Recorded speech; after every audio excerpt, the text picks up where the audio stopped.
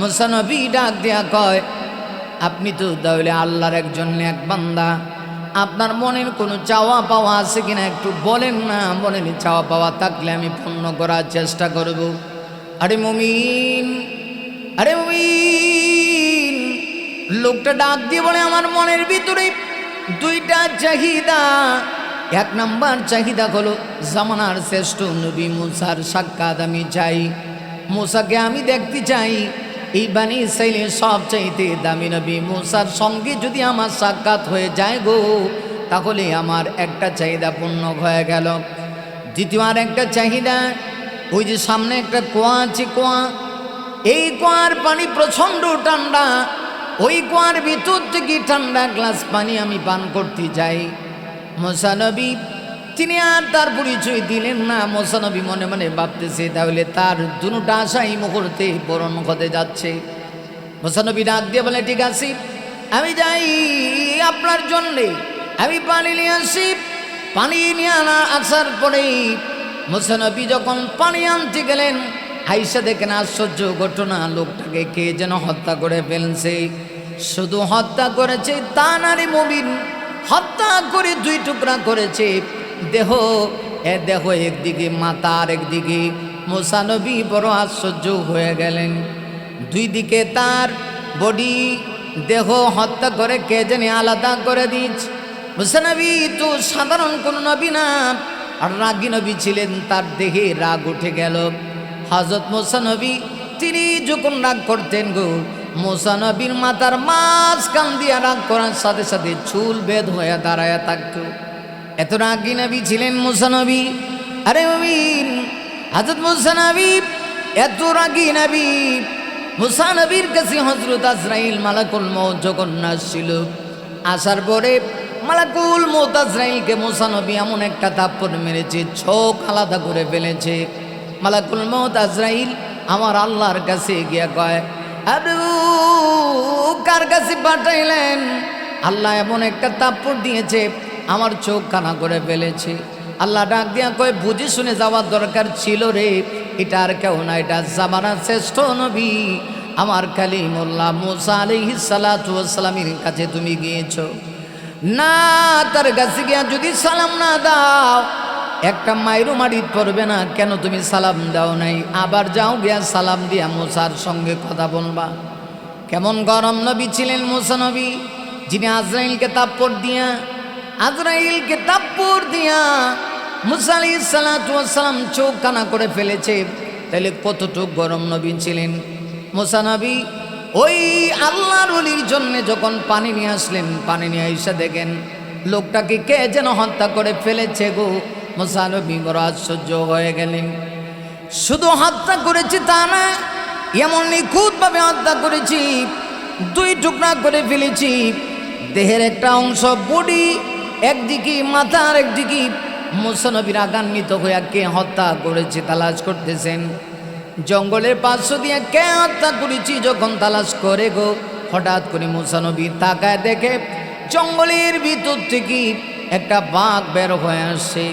মুসা নবী সন্দেহ করলেন এই বাঘ মনে হয় তাহলে তাকে হত্যা করেছে। বাঘ আমার আল্লাহর কাছে ডাক দিয়া বলে, প্রভু তুমি আমার জবানটা একটু খুলে দাও না, জবানটা খুলে দাও, আমি একটু জামানার শ্রেষ্ঠ নবী মুসার সঙ্গে একটু কথা বলতে চাই। আরে মুমিন, আর আল্লাহ চাইলে পৃথিবীতে যে কাউকে আল্লাহ কথা বলাইতে পারে। মানুষকে যে আল্লাহ কথা বলায়, ওই আল্লাহ প্রত্যেকটা প্রাণীকে কথা বলার মতো যোগ্যতা আল্লাহ দিতে পারে। এজন্যে যাদের জিহ্বাস, এটা বহুত বড় নিয়ামত।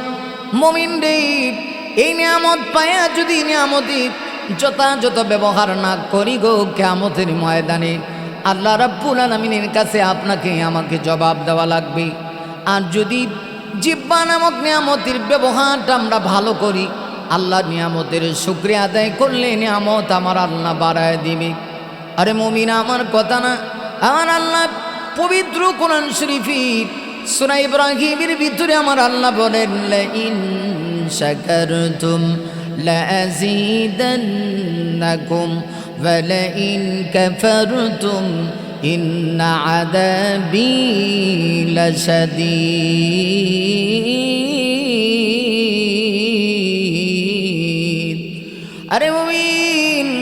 আমার আল্লাহ বলেন লাইন শাকারতুম, ও দুনিয়ার মানুষ, তোমরা যদি আমি আল্লাহর দেওয়া নিয়ামত পাওয়ার পরে নিয়ামতের শুকরিয়া করো, লাযিদান্নাকুম, অবশ্যই অবশ্যই আমি আল্লাহ আমার নিয়ামতকে বাড়ায় দিব। ওয়ালাইন কাফারতুম, আর যদি তোমরা নাফরমানি করো গো, আল্লাহ বলেন ইন্না আযাবি লাশাদীদ, জেনে রাখো আমার আযাব বড় কঠিন। নিয়ামতের শুকরিয়া আদায় করলে বাড়ায় দেন আল্লাহ, এই জন্য নিয়ামতের শুকরিয়া করা দরকার। হযরত মূসা নবী রাগান্বিত হইয়া যখন জঙ্গলের পার্শ্ব দিয়ে যাচ্ছেন, বাঘ মূসা নবীর সামনে এসে দাঁড়ায় গেল।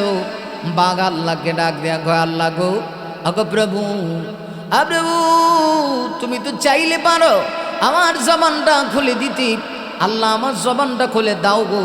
আল্লাহ রাব্বুল আলামিন সঙ্গে সঙ্গে বাঘের জবানটা খুলে দিলেন। বাঘ এবার ডাক দেয়া কয়, মূসা, আমি হত্যা করেছি, ওই যুবককে আমি হত্যা করেছি, তবে শুনে নাও আমার ইচ্ছাই নয়, আমার আল্লাহর নির্দেশে আমি হত্যা করেছি। যখন বলছে আমি হত্যা করছি, মূসা নবী তো ক্ষিপ্তে গেছে, রাগান্বিত হয়ে গেছি। আর যখন বলছে আমার আল্লাহর নির্দেশে আমি হত্যা করেছি, এমনিতেই মূসা নবী ঠান্ডা হয়ে গেলেন। আমার আল্লাহর নাম শোনা মাত্রই মূসা নবী আবার হার্ট কানেকশন, আল্লাহর সাথে কানেকশন লাগাইলেন।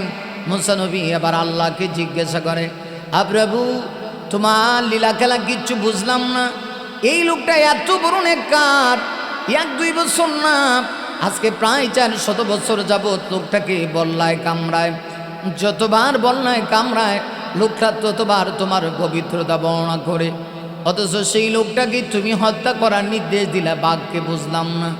আমার আল্লাহ ডাক দিয়ে কয়, মূসা রে, আমার কোনো কাজ হিকমতের বাহিরে না রে মূসা, আমি এমনি এমনি হত্যা করার জন্য নির্দেশ দিই নাই। আর কারণ কি, তুমি যখন লোকটাকে জিজ্ঞাসা করছিলা তোমার মনের কোনো চাওয়া পাওয়া আছে কিনা বলো না, তুমি যে এত বছর যাবত আল্লাহর প্রশংসা করো, লোকটা তখন চাইলে আমার কাছে চাওয়ার কথা না, লোকটা বড় নাফরমান, আমার কাছে চাইল না, তোমার কাছে বলল। তার চাহিদা 2টা, 1 নাম্বার জামানার শ্রেষ্ঠ নবী মূসার সাক্ষাৎ সে চায়, সে মূসা নবী তোমার সাক্ষাৎ চায়, অথচ সে আমাকে আমার সঙ্গে সাক্ষাৎ চাইল না, আমাকে দেখতে চাইল না, আমার দিদার চাইল না।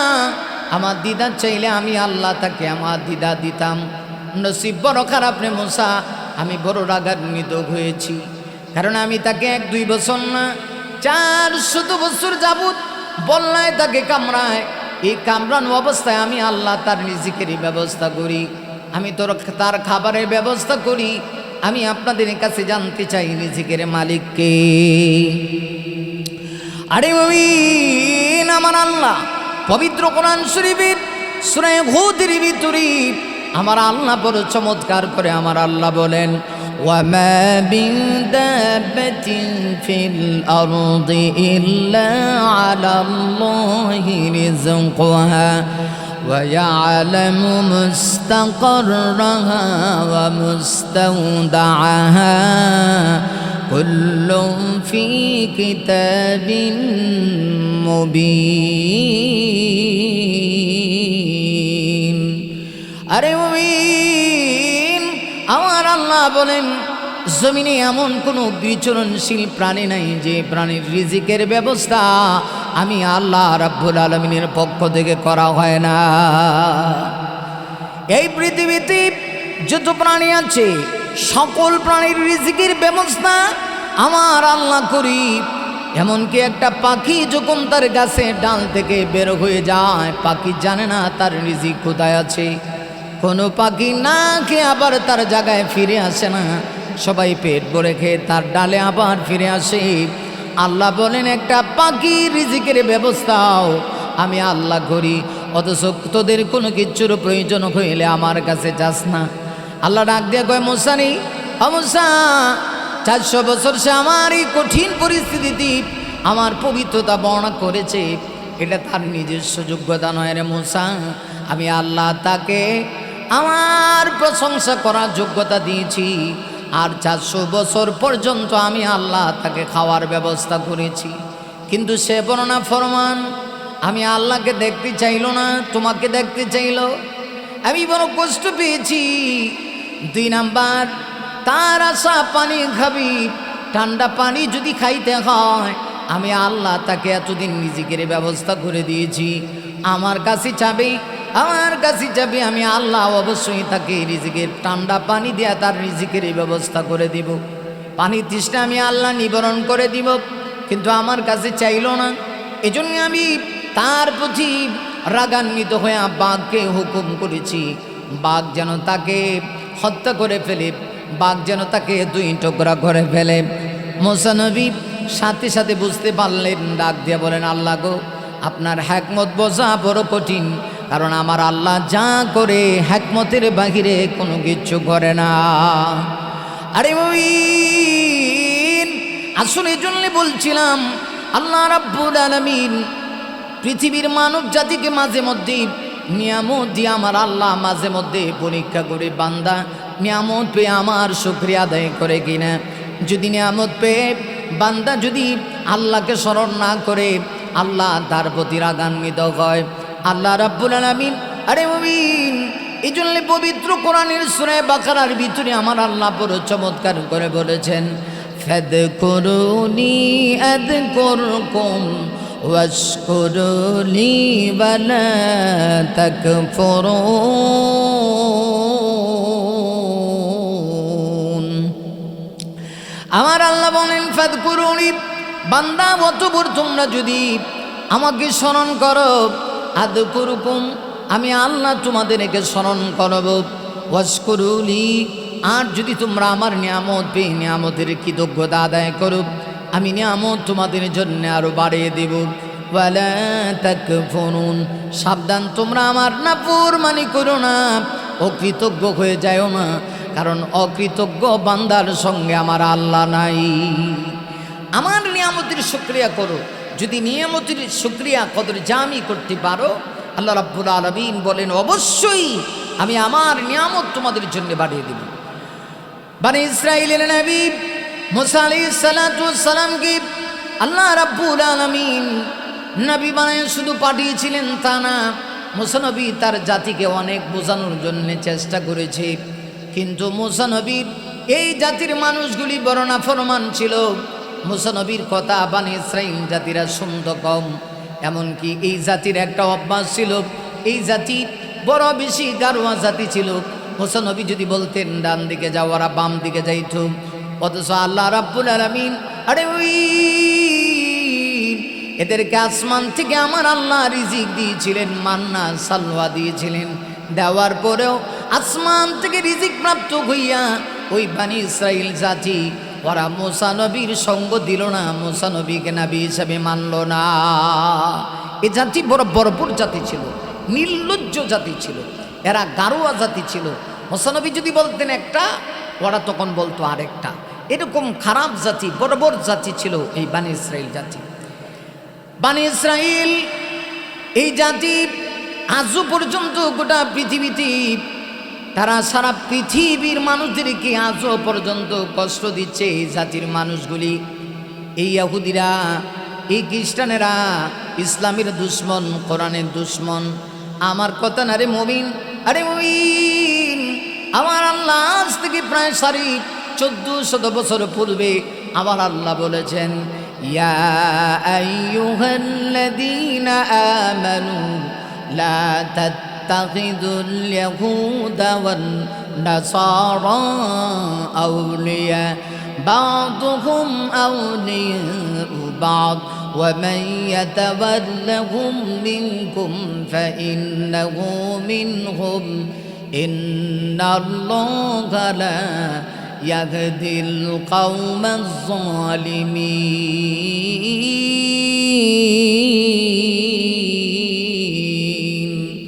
আরে মুমিন, আমার আল্লাহ বলেন, হে ইমানদারেরা, 2 জাতির সঙ্গে তোমাদের কোনো বন্ধুত্ব হতে পারে না। একটা হলো ইহুদিবাদ, 2 নাম্বার হলো খ্রিস্টানবাদ।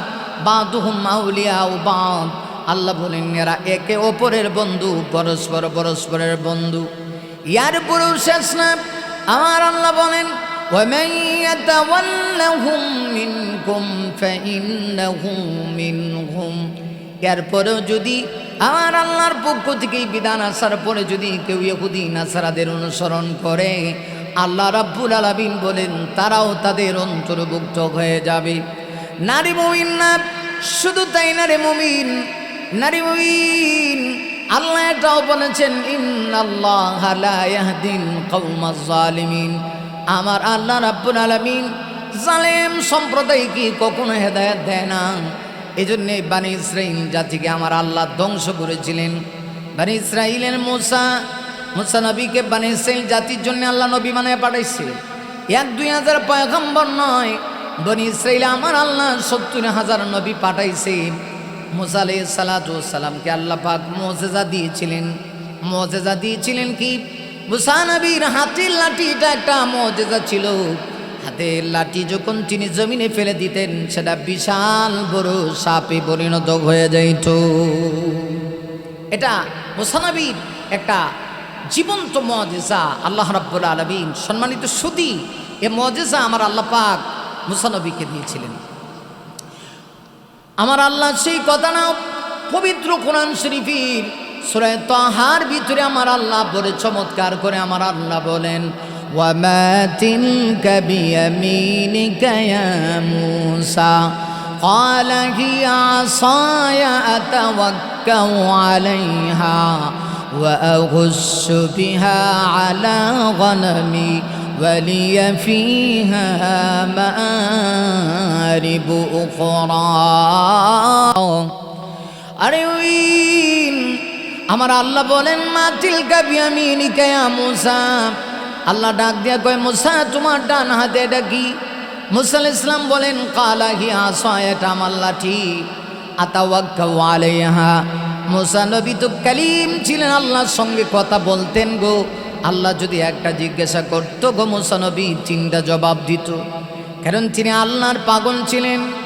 आशिकों से क्या मज़ा है माशिकों से पहुँचो, आशिकों से क्या मज़ा है माशिकों से पहुँचो, शाखे गुल में क्या मज़ा है बुलबुलियों से पहुँचो।